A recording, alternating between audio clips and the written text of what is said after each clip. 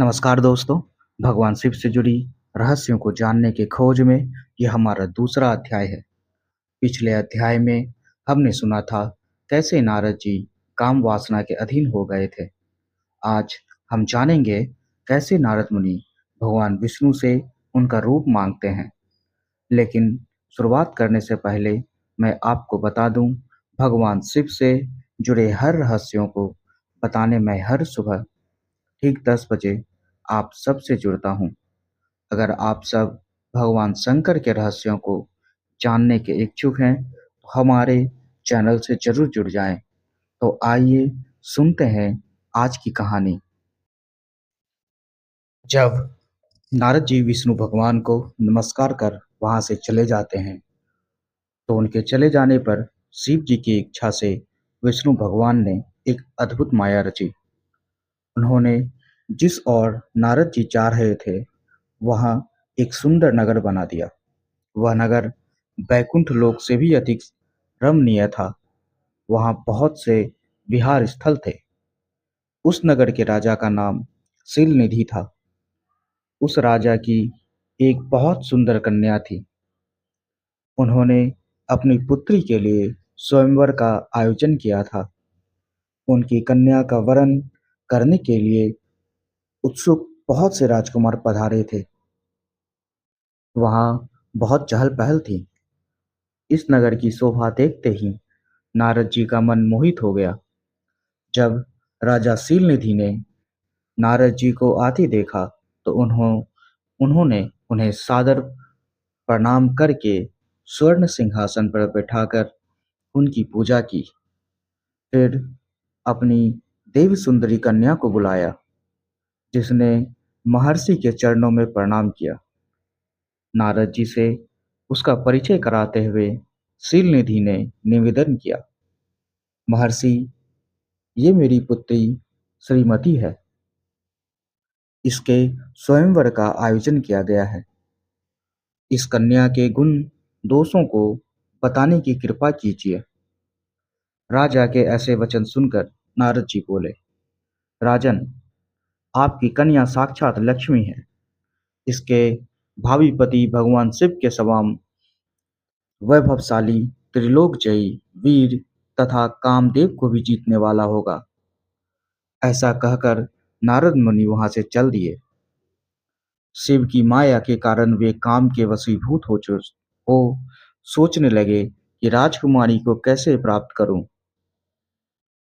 स्वयंवर में आए सुंदर एवं वैभवशाली राजाओं को छोड़कर भला यह मेरा वरण कैसे करेगी। वे सोचने लगे कि नारियों को सौंदर्य बहुत प्रिय होता है। सौंदर्य को देखकर ही श्रीमती मेरा वरण कर सकती है।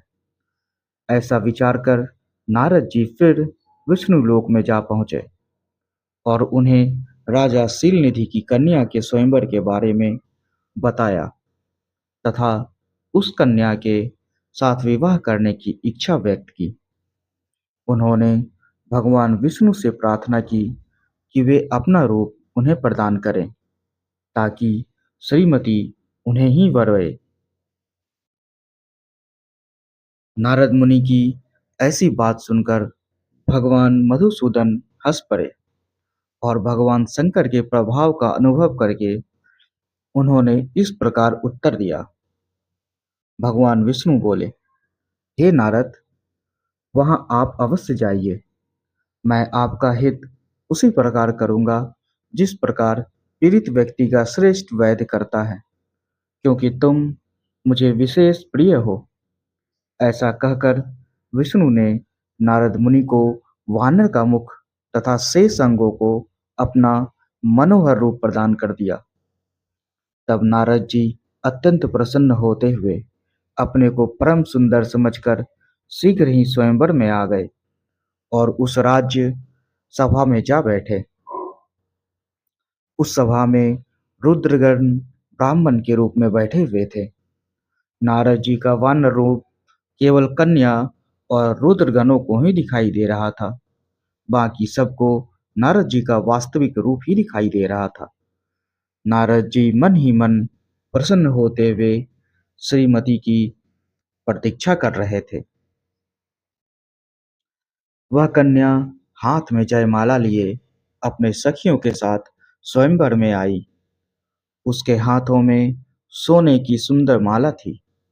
वह शुभ लक्षण राजकुमारी लक्ष्मी के समान अपूर्व शोभा पा रही थी।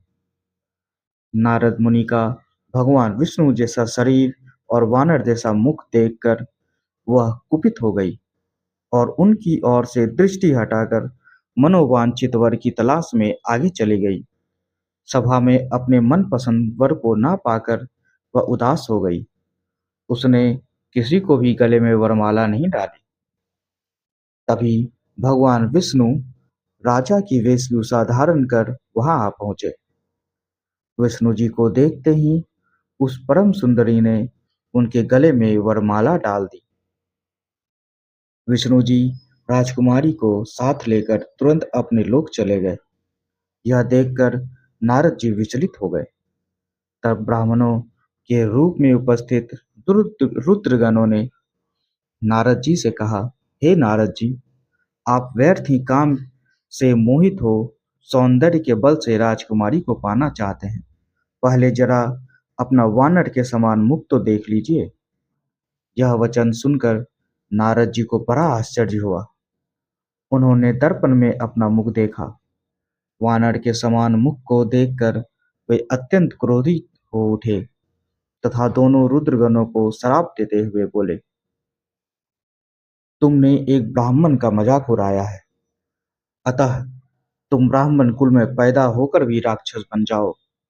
यह सुनकर वे शिवगण कुछ नहीं बोले, बल्कि इसे भगवान शिव की इच्छा मानते हुए उदासीन भाव से अपने स्थान को चले गए।